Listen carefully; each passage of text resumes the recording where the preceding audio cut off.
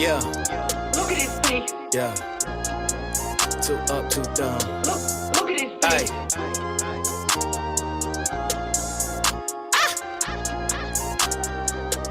Yeah, yeah. I wanted the crown and to be celebrated. I rented a tux and I ordered a mink. Stood in the mirror like mama, I made it. Proceeded to brush in the teeth in the sink. Caught me a grill and I'm so melanated. I polished the chain, I ain't gold in the link. And I got me a baby who gave me some babies. I'm raising a lady and building a king. Too cold. You too busy running with another man lane, I guess. Yeah, too bold. I be running on the one way, never change my set. Like, I don't ever use my signals. Yeah, I be in the lane myself. Yeah, I don't gotta change my mental. Yeah, and I ain't gotta chase my wealth. And I accept my daddy got a kingdom. And everything I ever got is his. If I ever got a problem, I'ma seek him. I never doubt him. Been about his biz, oh man. Been there. I ain't gotta ride on the wave when the ocean is his. Close with the kid with a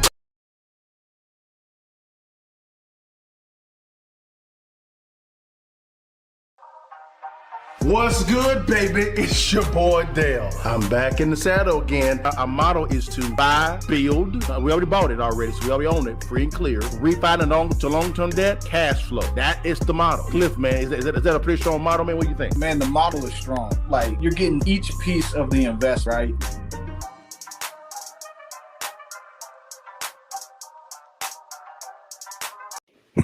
What it do, babies? It's your partners back in the saddle again, man, for another edition of Real Estate Friday Training. Cliff, what's going down, baby? How you doing, big time? Man, doing good, doing good. Had a long week, but we going in the right direction. Yes, we are, man. And Cliff, man, we're growing pretty fast on Rumble, man. Rumble's been taking off for us, man, a little bit, man. They like what Okay. we talk about on Rumble, baby. We're trying to get on other platforms like True Social and Getter. We coming, y'all. Don't you worry. We Yeah. cover, y'all. And TikTok, we got our eye on you too, big dog. But man, Cliff, man, how was the week, man? And did we get the bag? Man, I had a great week. Man, I had a lot of stuff kind of coming through, but the appraisal business starting to pick up, so that was straight, man. So, man, I can't complain. Yes, sir, man. Me as well. The private equity side of my company is going fairly well, which is good. The real estate side, man, we're doing a lot of refinancing of our portfolio to lower rates, which is great. Doing some new construction project as well, and we're about to begin on the development in Atlanta that we actually had, Cliff. That's a little surprise for you, Doc. That's coming down the pipeline, and we got 3 international deals on the table right now as well. Also, that we're about 30 to 45 days, Lord says, sent from X to get them things closed, man. So, and they're in the 10 figures. So, well, we trying to Okay. get it, man, for the king, man. Trying to get it, man. But yeah, man, the family doing well. Everybody doing well. Yeah. Everybody's doing good, man. Blessed, man. Very blessed. Good, man. Let's dive into this thing, man. Guys, man, Cliff, you know, I begin to every single week, man, as a licensed appraiser, you have boots on the Yeah. ground when it comes to what's going on in the market. And so, guys, you get this is special. Every week, guys, you get and it's perspective from a licensed appraiser that can give you what's going on in the market real time. So, Cliff, man, what you seeing in the market, man? What's going down? Man, the market's slow. Yep. Interest rates are still high. They Yep. tick down a little bit, but people still not jumping in the market. So for Yep. the most part, it's slow. Um, this is good and bad for people because the market's going up. The market's Yep. going to go be up in 6-8 months. It's going to be up a year from now. Sure is. So Sure is. right now it's getting slow. So the market's just staying sideways. So but I think now's the best time to jump in before it starts getting hot. I agree, guys, with Cliff, man. It is slow. I think it's going to get slower. Yeah. Because of the fact that, of course, the Fed, their pause rates, of course, being cut, raised. They're kind of trying to see what's actually what's going to break first. And there's something going on behind the scenes, which we're going to talk about in a second with the Fed and the banks, guys. It comes to treasury bills and bonds, guys. And so get your pens and pads out, guys, because this is going to answer a lot of the questions on what's going on behind the scenes, what's causing Cliff and I to conclude from a data standpoint that it's slow and it will remain slow. Cliff, when do you think that the Fed is going to begin to even entertain cutting rates potentially? Man, I've been calling it about April. I April? think they're Why gonna April? cut. Why April? I think that's going to be a low point because if you look over year, that's when it was real bad last year. So comparing that to this year, we're going to do worse in a lot of categories. You know what I mean? Yeah, They're going to be forced to cut. I agree. But I think something's going to break. Something's going to break, and it's going to be something big. And Mm, I say that because what we're going to okay. talk about here in a second. And if you let me know if you agree after we see what we're going to talk about in a second. But I agree they may cut it because they're going to have to force to get money moving into the market via Right. cutting rates. So right now, as you said before, adequately, you said that when the Fed raises rates, they're trying to slow everything. They're trying to slow down everything. They're trying to raise the unemployment rate. When they cut rates, they're just trying to get money to continue to flow.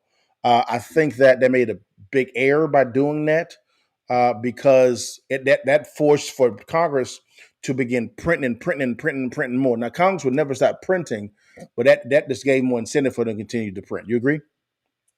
Oh yeah, they have to print. They ain't got no other Of way. course. They No have other to way. print.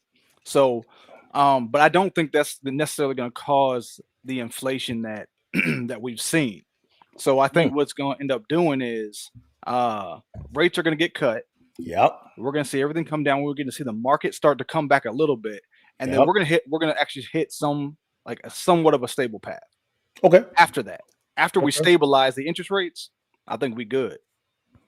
Well, I don't know about stability. I know that they're going to try to project stability, but here in a second you're going to see why I'm coming to that conclusion. This is what I'm All going right. to do Yeah. at a time. But guys, man, those that are actually in the audience, you may want to get your pens and pads out right now and share, and subscribe if you hadn't subscribed.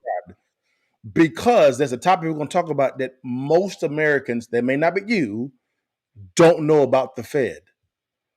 Cliff, have you heard of something called the Fed discount window for banks? Yeah, I've heard of it. Hmm. Hmm. Do you think most of Americans have heard of a discount window Nah, for bank? nah, Hmm. no. Now, we're going to bring in an investment banker. But let me say it again for the folk in the back row. She's an investment banker by trade. This ain't nobody that's writing articles as a journalist. She's an investment banker, and they're gonna talk about what a discount window is and what the Fed did without you knowing what they were doing. Here we go, Cliff. And then me and Cliff are going to respond to this. All right, here we go. Let's get it in, Cliff. So, Carol, let me explain the discount window and see if I have it right. Discount window at the Fed, think of a bunch of windows at a bank where you walk up to windows. The discount window was where banks, if they walked into the Fed, which is the bank of banks, Yeah. okay, so all those windows, there's bankers at the windows, no people like you. And the discount window was the kind of shameful window at the end that everybody could see. And you could walk up to the discount window if your bank was in trouble and say, I need to borrow some more money. I need it here because we're getting a little dicey on our books. And all the bankers could look over to see who is in line at that discount window. And then they'd say, Bank of George is in trouble. Did you see that? George was just up there. The Bank of George is in real trouble. And so it was shameful, and nobody wanted to go up to that discount window. After 2000. Now, Cliff, do you agree with that sentiment? Yeah, yeah, yeah. I can understand what they're saying. Yeah. Okay, now let's keep going. So what he Hmm. did, what he just described was, let me bring us a little closer real fast, guys. What he just described real quickly was the discount bank window is what the Fed actually has for the bank. So the Fed is the bank for the banks. They have a discount window. When you go to discount window, it was a walk of shame, kind of like the cone of shame, and it signal to the other banks this said bank is not doing too well.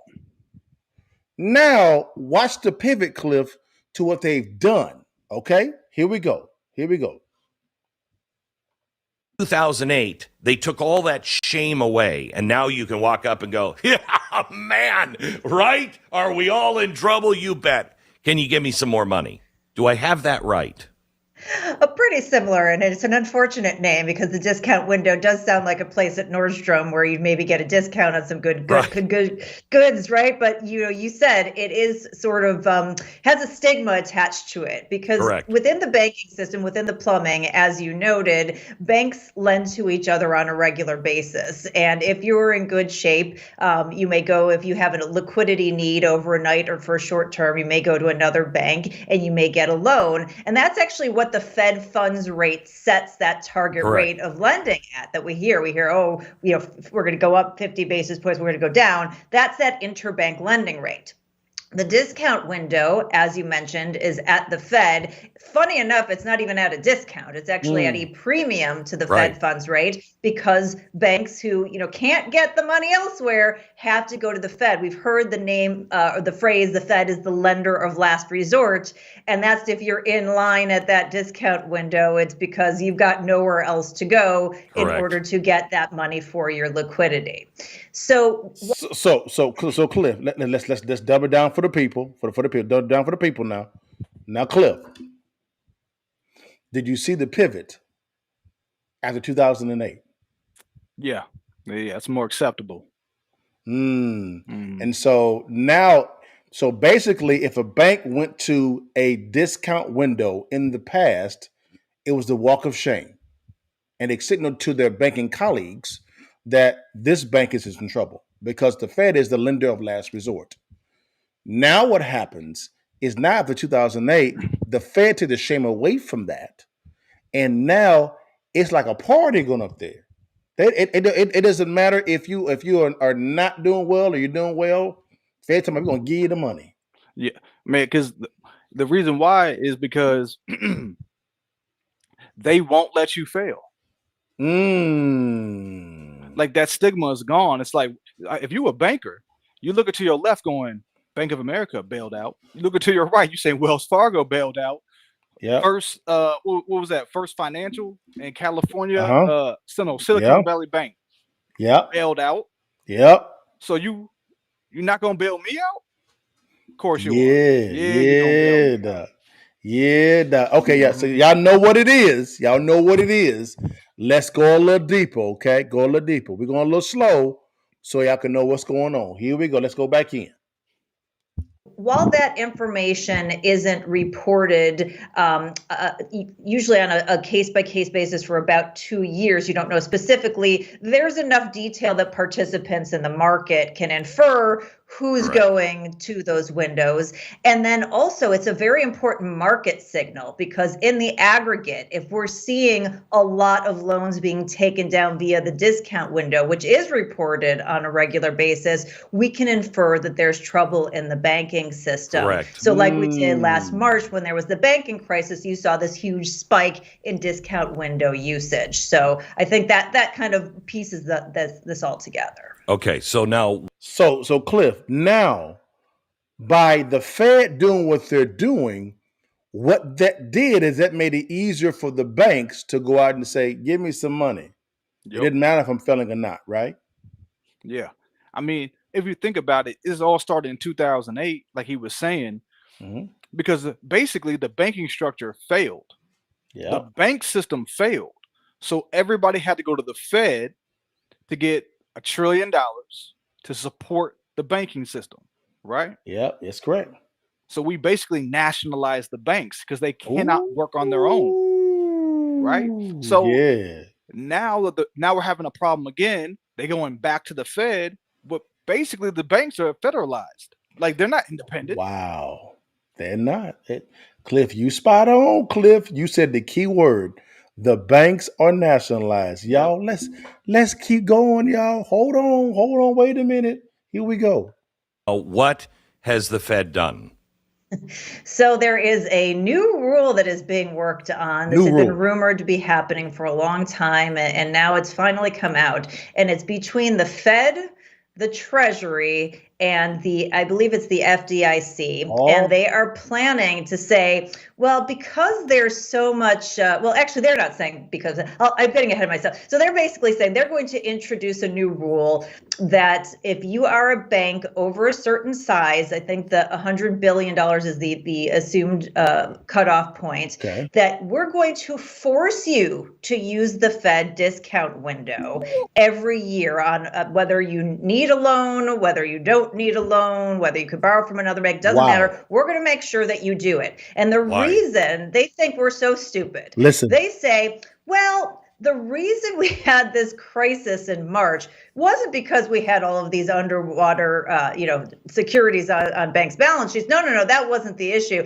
It was because they couldn't figure out how to use the discount window. So this will be like a dress Oh my rehearsal or a fire drill. So if you do it on a regular basis, now you know, and we can avoid the other crisis, which is Yeah. absolutely insane. And if you believe that, I have a bridge to sell you. That is like the cops saying, Wow. yeah, well, we've got to fire our guns, at people once in a while, because otherwise, if something happens, we won't know how to fire guns at people. I mean, that's crazy. Of course they know how to use it.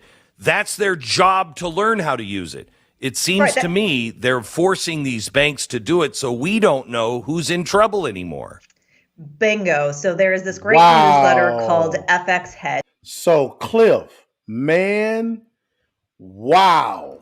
Yeah. What is your response? Bro, that's big time. If you're paying attention, what she's saying is what happened to Silicon National Bank. They are trying to remove that option because you don't know they're in trouble, so you can't pull your money out. Move your money. Hold on, Cliff. Hey, say it again, but slower. The Federal Reserve doesn't want you to know your bank is failing. Wow.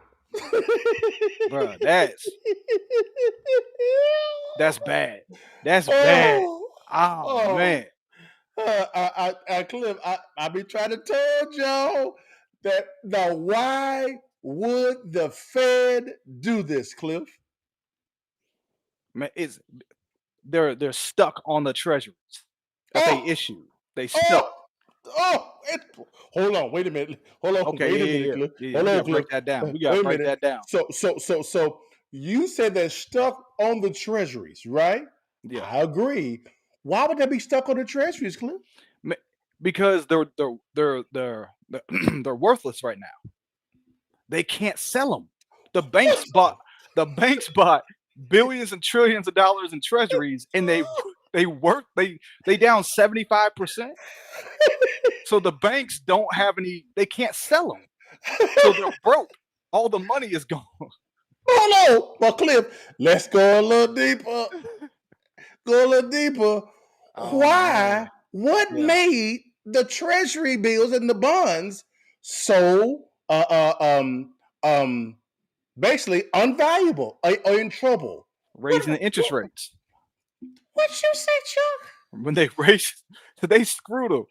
They sold you a bunch of bonds there. I said, hey, Dale, I got a bunch of bonds. Hey, I'm going to sell them to you. And as soon as you buy them all, I'm going to raise the interest rate and go, yeah, they're worthless now. So basically, they did the same thing. Yeah. This is Silicon Valley on steroids. Yeah.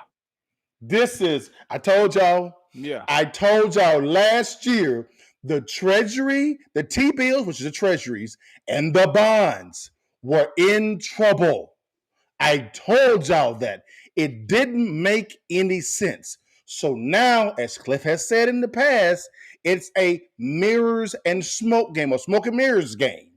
To where now what they're doing is they're saying, we're going to force you banks to have to come and use the discount window, which was normally used for banks that were in trouble, but they're not in trouble anymore, but they're in trouble so that we can hide the fact that said bank is in trouble so that you, consumer, would not withdraw your money. Did I get it right, Cliff?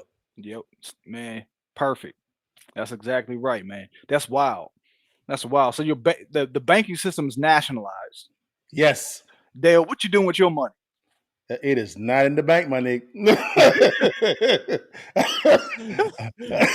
You said I'm go sorry. buy gold, go buy silver, Man, get you some go real by. estate. Thank you, Doc. Man, I'm trying to told y'all, man. Now, Clip, let's go a little deeper. Oh, if y'all don't want to say, if So I'm trying, go ahead, Clip.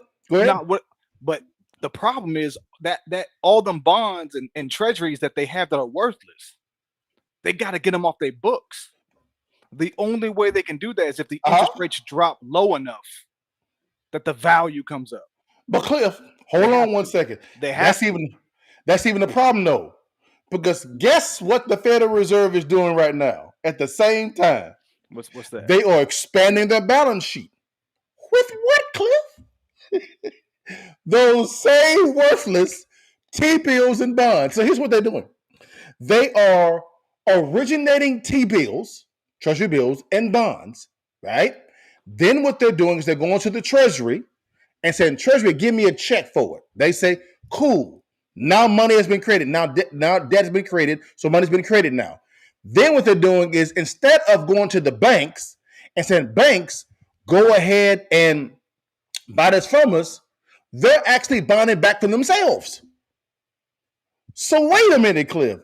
The Federal Reserve is originating bonds, going to the Federal Reserve, getting a check for it, and then buying back the same bonds that they originated. Therefore expanding the balance sheet. That makes sense. No, it don't.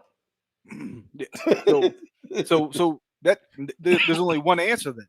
They have to lower interest rates low enough to where the people want to buy them again, and the Yes. market opens up, and they can sell those old ones on the market. Who, Those who, old treasuries that who, they who, have to. who they gonna sell to? Who wants them? Same buyers, same Same buyers. buy. Who are those Other buyers? other countries, private companies, Countries, organizations. countries don't. They don't want them. They don't want them. Who are their buyers, Cliff? Somebody's buying them. They selling them today. I know they are. Who are their buyers? It was said in the video. Who are the buyers? Oh, you talking about the Fed? No, not the Fed. The Fed is forcing who to go to the Oh, discount window. the banks. There you go. Yeah. That is the reason why they forcing the banks to go to the discount window because they have no other buyers. So Oh they yeah, nationalized the banks, as you said, right? Then what they did was they said we're going to force you to buy our bills. yeah. I see what you're saying, but they still have those old treasuries on their books. They can't sell. They're worthless because Yep. they're so low. No, because the reason why, if I'm going to go buy a treasury, right? So look, all right, this is what happens. If you got a lot of money, you can go just buy guaranteed income. You can buy it, right? So back in the day when it was low interest rates, they bought it and it was only 1%, Yes. right? Those Yes. banks still have those. They can't Yes. sell those because if I got $1 billion, why would I buy your 1% if right now on the market there's 4 and 5%? So they're stuck with toxic, devaluated assets. Yep. Yep. And can't get rid of them at all. And Nope. they have to cut to bring those values back. They have Yes, to. they do. And And that works out with taxes too, because who's paying interest on all of those payments? The taxpayers. And if it's thank you. high right now, they have to cut. They have to cut. And that is a powder keg for a bomb to go off. Yeah, excuse my language. We're in the shit show now Mm. because of the fact that does that make sense, Cliff? Yeah. I see what you're saying. We're in the shit show now because now what's happening is you begin to see behind the curtain now to where they know we're in the shit show and they're trying to fool you. We are. If they cut the rates, Cliff, oh my God, hyperinflation is coming. See, that's where I disagree. How can that not be the natural consequence if the Fed cannot get rid of toxic assets that they have on their book? And we talk about in the trillions. They it's the same thing after 2008. They pumped in what, $1 trillion into the banks. Sure. We didn't get inflation. But the banks paid that money back. I'm Right. not talking about those, but I'm talking about the bonds that are on their books they can't sell. But once interest rates come down, they can sell them again. But they're going to have a loss still, because if I'm a bank, I'm gonna say, why would I want to buy those bonds for? They're toxic. Doesn't make any sense for me. I can't monetize those bonds. As a bank, I need liquid to be able to lend out money. Right. I don't make money unless I lend the money out as a bank. Am I right? Yeah. I hear what you're saying, but they got the bonds in their books, right? Yep. They're still paying. They're just paying so low nobody wants to buy them. That's the problem. If the loans on the market drop to that same price, now you could sell them on the open market. So how? Okay, I'm rocking Yeah. with you. So Yeah. how it? Who's paying for those bonds? Taxpayers or the Fed? I mean, it's a combination. Who does the Fed get their money from? Themselves or taxpayers? From themselves. How? The Fed, Huh? the Fed just prints money. Exactly. Well, how they're printing the money? How they're making the debt? They have to do deficit spending. They're creating debt. Exactly, based on future borrowing power. Right. What Yeah. they're doing. So who's paying for that debt? It has to be somebody. Right. The interest payments of the taxpayer. I see what you're saying. Exactly. So the taxpayers are paying all of this money. Here's what I mean by hyperinflation. I do not think that by cutting the rates, it's going to be a boom. The reason why is because of the fact that everything is so high. People cannot afford to live right now. CNN, we just saw last week, CNN actually had a a report on people saying, yeah, I'm seeing that based on the numbers which have been manipulated, that we have a good economy. I don't feel it that way though, at all. I mean, this is I can barely live. Dude had 4 jobs. Yeah. This is worse than 2008 because we got hit twice. First, we had inflation, so all the Yep. prices went up. Then Yes. the interest rate went up, so now Yep. everything's more expensive on top of the inflation. You got hit twice. So it's it's a tough situation. It's tough, man. This is why I say that. That's why I say that hyperinflation. That's why I say it's a powder keg. Is because the natural response to for a boom is people going out and spending money. Another factor that I mean, excuse me, that I think that's going to be not a boom is because of the fact that the government is effectively not wanting to monetize our most valuable asset, liquid gold. So therefore, we can't use our assets, monetize those by trading with individuals or selling it to people that actually need petroleum, natural gas, or oil, right? To generate another income to offset that. By doing that the right way, you can begin to pay down or absorb that loss of those toxic assets on your balance sheet. The government is saying we don't want to do that. Now, I mean, just today, I believe the federal government basically, I think they revoked or sometimes they did something to Texas that wounded Texas from being able to trade their petroleum. Literally today. Mm. So I'm just like, so there's an active push to not utilize our most valuable assets to tackle this financial problem. That's why I'm saying it's going to be a powder keg. Yeah, maybe. I can see what you're saying, Yeah. but I think what you're probably gonna see is once they cut, you're gonna see the market go up, the stock market go up more. Then you have in the actual, in the real world, you're gonna have a 6 to 8 month delay on that before it starts hitting the average person. Because you got to Sure. think every time they cut rates, what's happening is basically in 2023, let's say we did $10 trillion in the economy. Yeah.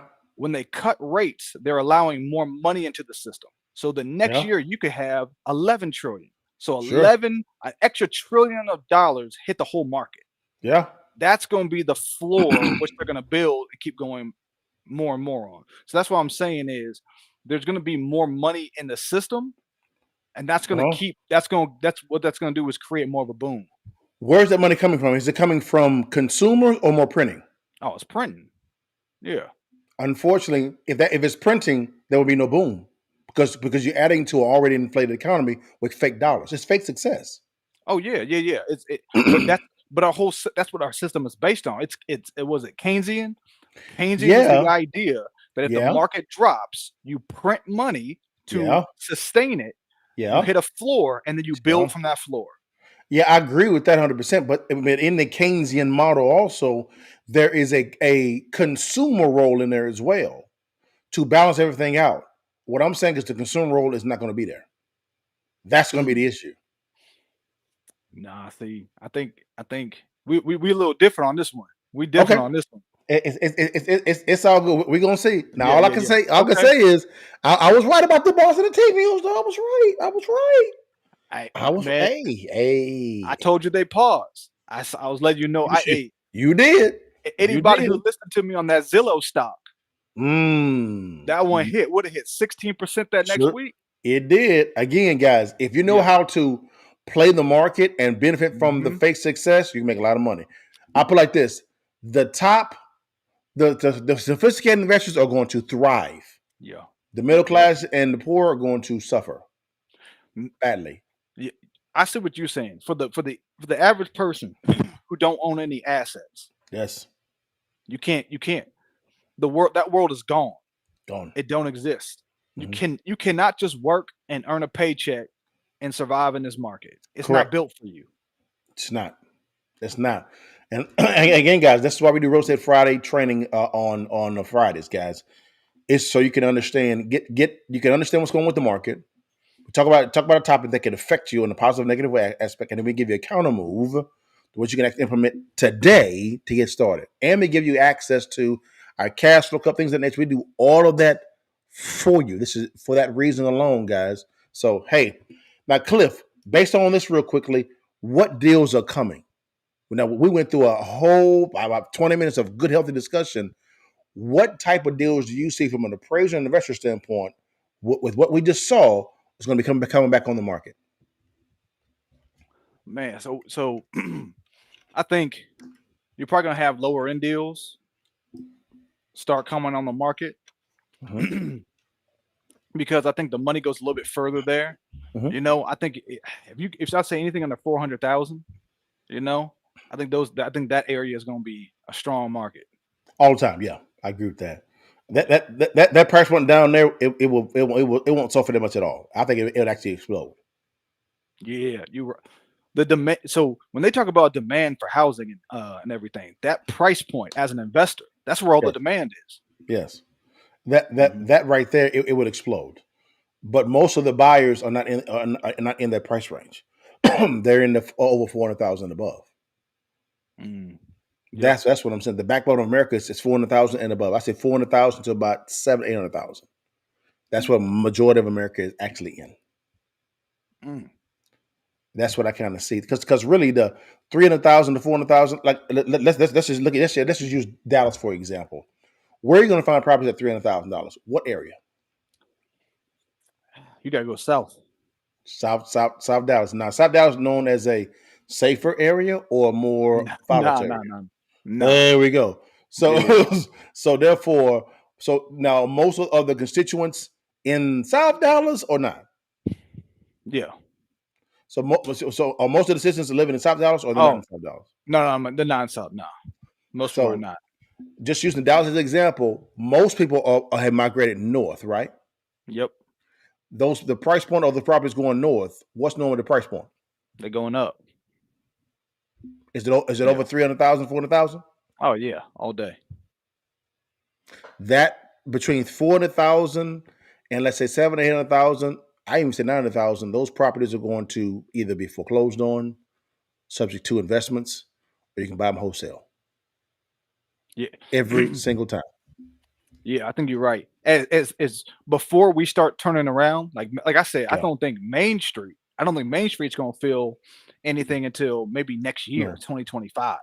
I agree. So I see what you're saying. Where the economy is going to squeeze people, and then that's where the subject to deals start coming out. Oh, and I'm getting a lot of them now. Now, a lot of them don't make no sense at all. Some people send me substitute deals. Property's worth 200,000. The mortgage is 150. Pay me $50,000 for the substitute assignment. I'm like, get the hell out of here. Right. Yeah. Come on, bro. Come on. Now, what's the real estate counter move, guys? Whenever you are in a volatile type of an economy, guys, I always say go back to the basis. And it just so happens we have a licensed appraiser on this real estate training live, and he's gonna give a different perspective than what realtors are going to show you when it comes to this topic. How to pull correct comps or comparables in this market. No other word comps means comparables. And Cliff, do a lot of realtors, when they pull comps, do they pull comps correctly or incorrectly? Nah, they don't. They don't pull them right most times. Now, why is that? They already have in mind what they're looking for, and Okay. so what happens is they get pie in the sky thinking. They're thinking, Mm. oh, this house is just like yours, but usually it's better. And then they had to do extra things to find that comp. They had to cross Mm. a river. They had to go on the other side of Yeah. town. Yeah. And they'll say, well, there's a comp. It's like, yeah, but you passed over 6 others that they may Mhm. not be perfect, but they're closer to the property, which most of the value is in the location. So I'd rather Yeah. pick a property on the same street that may not be Yeah. perfect than Yeah. go 2 miles away and find Mhm. an exact one. So everyone's different. I agree with that. What are the top 3 mistakes that realtors do when it comes to pulling comparables? So most of the time when they pull it, they're doing off price per square foot. Okay. They're doing, like I said, they got the wrong vision for the one Okay. for the property, Okay. and they tend to take the high end of a range. Hmm. So if they see, Mm. 500,000, 600,000, they always say 600,000. Yeah. They Yeah. everything is always the high end, and Wow. that's not how it looks. He is correct, guys. So, if an example, if a realtor says, "Hey, the comparables on this property is 600,000," what is a good percentage as a consumer they should say? Really, it's about this price point. So if they saying it's worth 600,000, Yeah. you're saying where would it actually come in at? Yeah. Most likely. In this market. I mean, I see realtors to be 10 to 15% off. Yeah, yeah, easily on the upside. Because as an appraiser, we're not just they're looking and saying likeness for likeness. We're looking Mm. at more than that. Like, for example, how much more value does the floors give them? Does the paint Yeah. give them? Yeah. Does the location give them? You're Mm. just saying price per square foot. If it was that simple, they would just use the tax rolls. Ooh. Actually, I had a friend of mine call me today and say, "Hey, Dale, I got a property that is on sale for 650. The motivated buyer, they'll take it for they'll say take it for 615, 625. It's okay. And the tax roll, which is the county appraisal district, says it's worth 850. I said, I responded, he said, good deal. I said, trash. Because you're going by the county appraisal district, the tax roll. That's always wrong. Yeah, yeah. Oh, he's like, what? Always wrong. I said, let me ask you a question.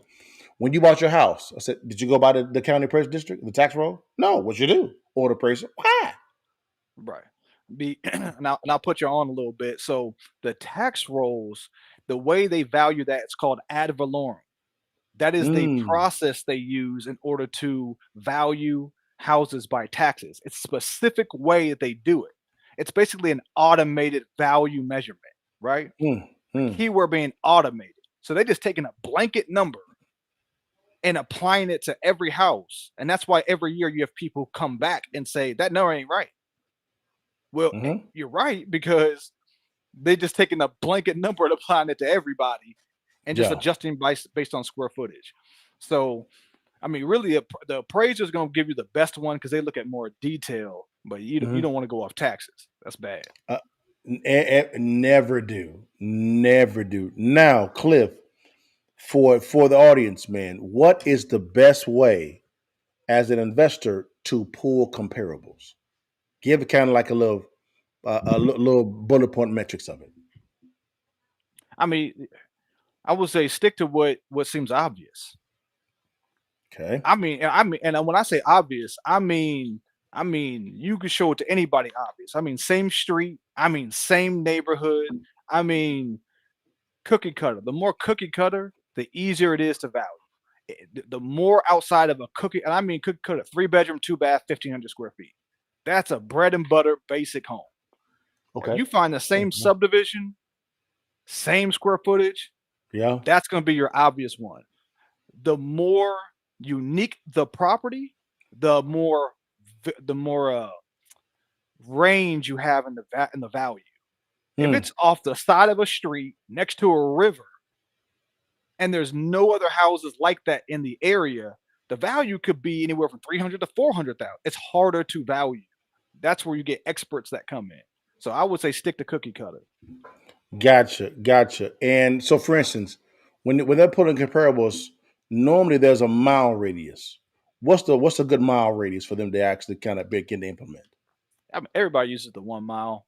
One mile? Typically Okay. they're looking at 1 mile. I mean, that's usually you can go outside of that and it's not Sure. terrible, but if Sure. it's in 1 mile, it's better. Okay. Now, when it comes to square footage, there's normally a square footage beneath it and above subject property. What's the number? Is it 200 square foot beneath and above 250? What's a good parameter? Above what?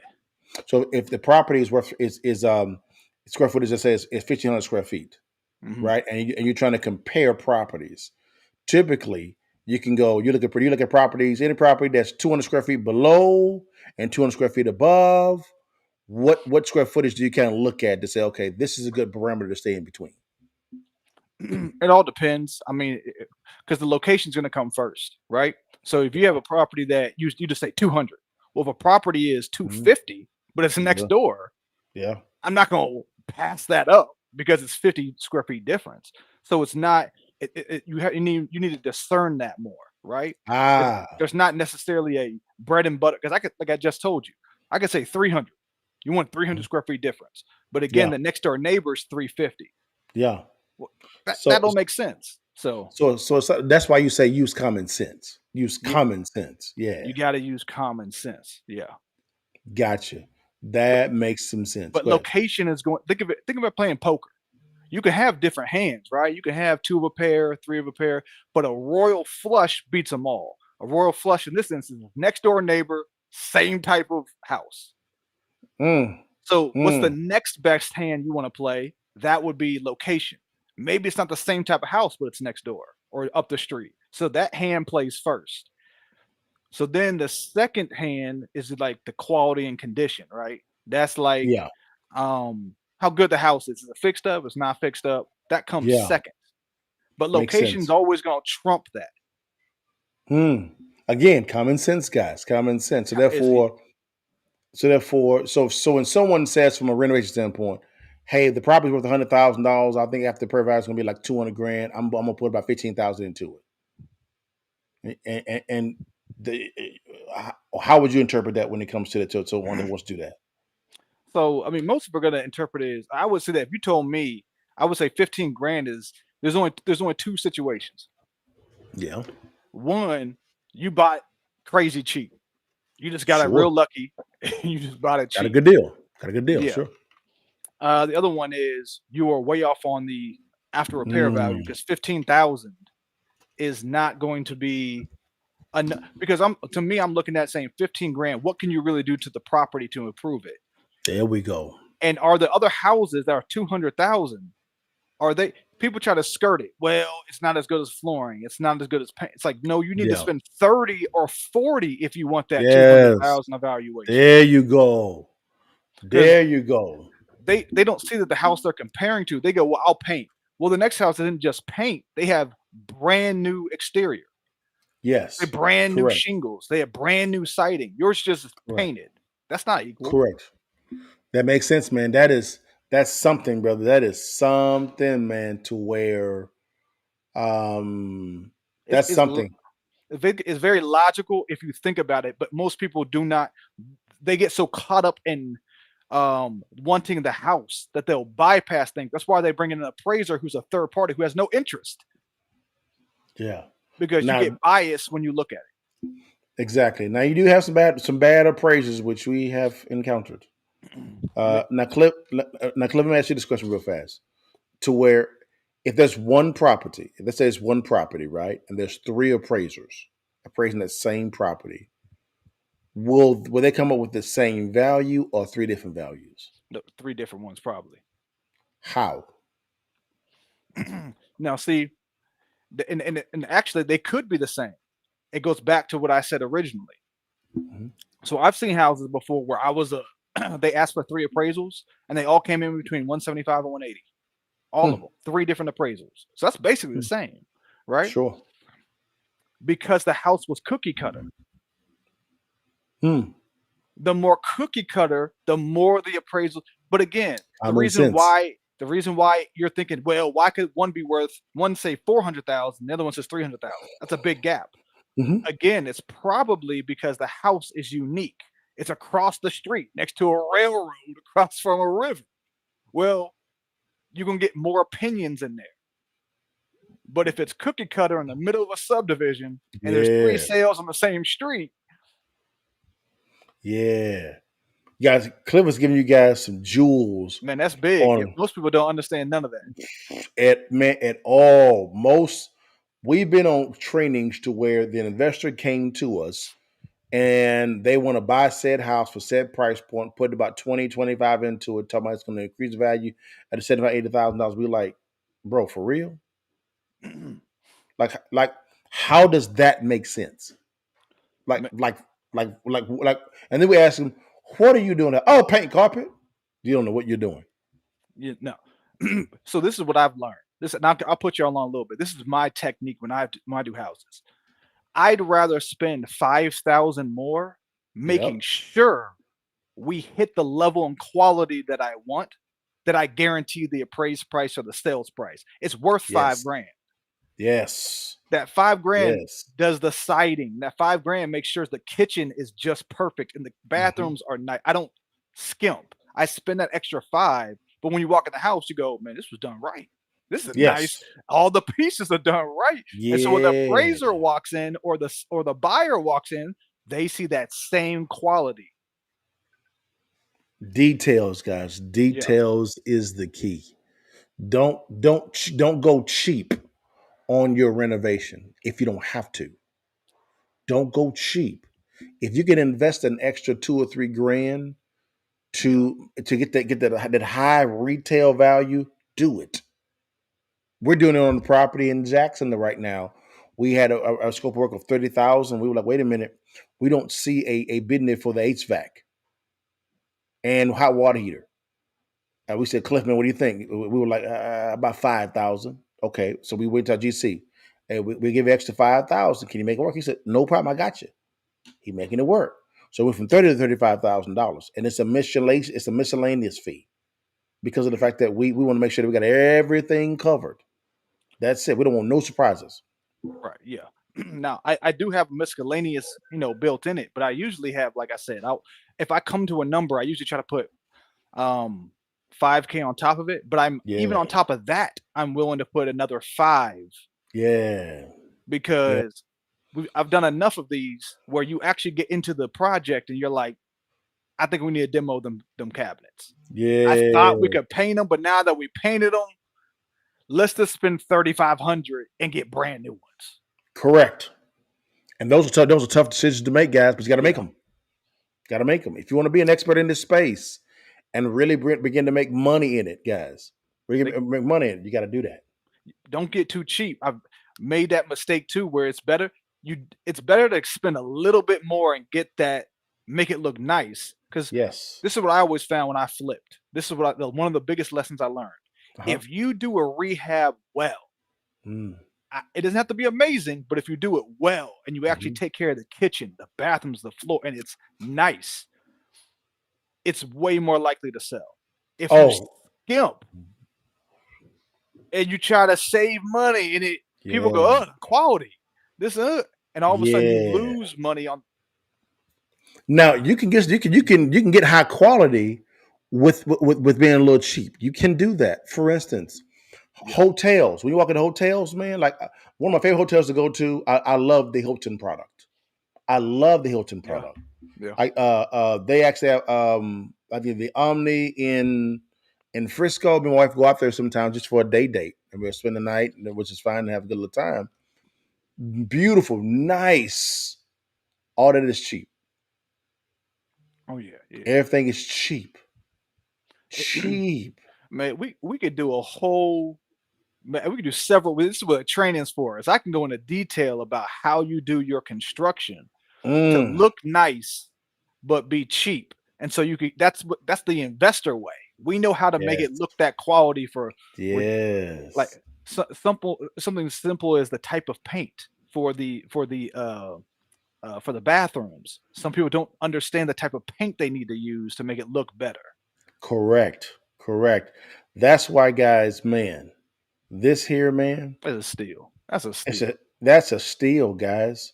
What we talking about, guys, Cliff is talking about going into deep detail about how you can do a a renovation project for cheap, but it still looks like it's retail.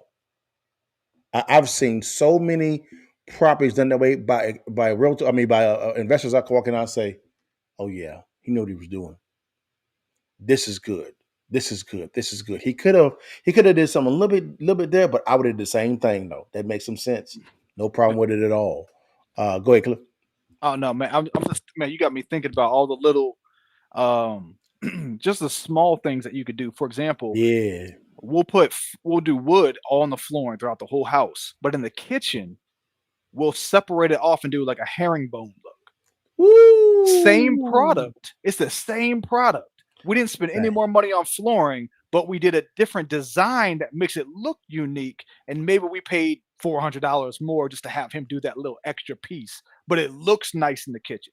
All kind of stuff Yes. like that. And that 10% type of arbitrage there, delta there, that's actually in your budget for those miscellaneous or what I call those surprise, that easily pays for the $400 extra work. Right. Yep. It easily pays for it because you plan for that. And the herringbone, guys, is just a design. That's Yep. all it is. It's just a design. Same product, same hardwood flooring, same stuff. All you do is pay for $400 extra labor. That's all you did. Hmm. But it could generate thousands of dollars in a return just on paying $400 in labor. That's it. Oh, Again, details. right. Nope. Spot on, man. Spot on. That's it, man. So that's why, guys, we do the Cash Flow Club, guys. $99, guys. That's it. You get access to all the training we actually have, guys. All of it. $99. It's on-demand training. Anytime you want to do it, it is right there. That they'll get Cliff going into detail about this specific topic. This specific topic, because of the fact that we're doing a lot of single family resident renovations in Mississippi, and Cliff he's been an expert at saying, "Hold on, Dale, I think we can get this done for a little bit cheaper." I said, "Well, how?" We're going to sit down and reason together. So we talked to our partner James on that and say, "Hey, James, man, go ahead and talk to our GC right there in Mississippi and let them know we're going to do X, Y, Z." We come back and say, "I get that done for $300." What? Matter of fact, I actually have a HVACs that I actually have in a storage. I'll give you a couple of those. No problem. Just pay me $3,000. I'm good. And I'm like, what? What? Yeah, and I even warranty for you. And I'm like, look again, details. Oh yeah. And I'll let you know one day I've been looking at us being able to buy our own direct from the manufacturer. So Yes, whenever we do a house, we could literally buy it from and ship it to the house. correct, So we correct. can that way we don't have we say, don't even worry about it. We'll buy it Yep. directly. Correct. Correct. So it's just, guys, just got kind of give you guys some nuggets on what we kind of do, guys. That's it, man. But man, that's all I have, Cliff. Man, you want to say anything, man, before we get off in a second? No, man, just man, same thing every week. One deal can change everything. So man, just keep going. I even got the hustle shirt on, man. Keep hustling. Keep doing Yeah. what you do. And also, guys, our sponsor, let me move that way. Our sponsor, American Rounds, guys. We're here, man. Again, let's go ahead and shout them out real fast. Grant and the team over there, man, they're over there killing it, man. Here's the commercial for them. Here we go. The CEO of American Rounds. We are in Pell City, Alabama at Fresh Value grocery store installing the first ever automated retail machine for ammunition.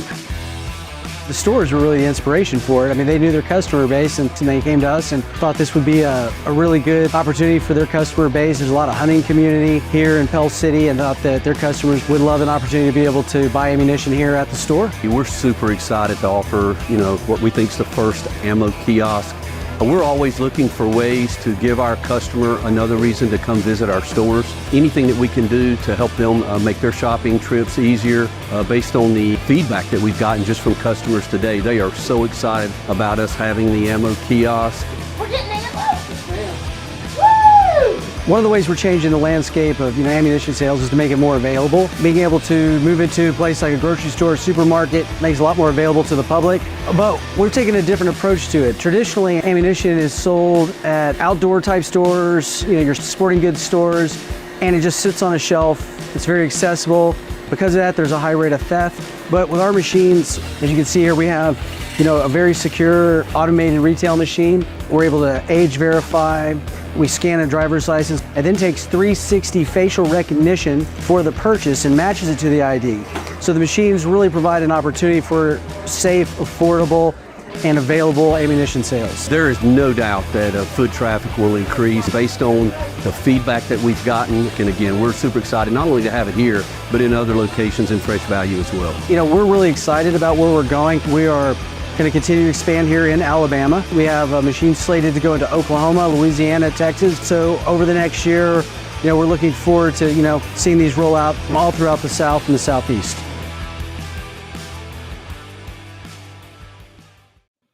Guys, that is our sponsor, American Rounds, guys, the first AI-powered ammo vending machine that's actually at a grocery store near you right now. They're in Alabama, Oklahoma. They're getting ready to go into Texas as well as Louisiana, guys, and they're killing the game right now, man. Check them out. It's at American Rounds on all platforms, guys. At American Rounds at all platforms, guys, man. So we're actually going to be they're actually going to be having a giveaway here shortly, also. I think everybody's going to like. And so, but yet that's them. Follow them, guys, on all social media platforms. They're there. American Rounds, man. Thank you so much for the sponsorship, guys. But man, Cliff, that's all I have for today, man, guys. I would agree with Cliff. You are one deal or decision away from changing your life, right? All you are needing is wise counsel to help you walk you through that process, guys. Guys, stay blessed, man. Have a good day. And I'll be in it every time before you leave. And while you can, you see that thing, baby. Take that damn picture and give it to your mom and them. Now say it with your chest and holler at your partner. See you guys next week. Peace. Thanks. Bless God, give thanks. Bless God, give thanks. Bless God, give thanks. Big God, big grace.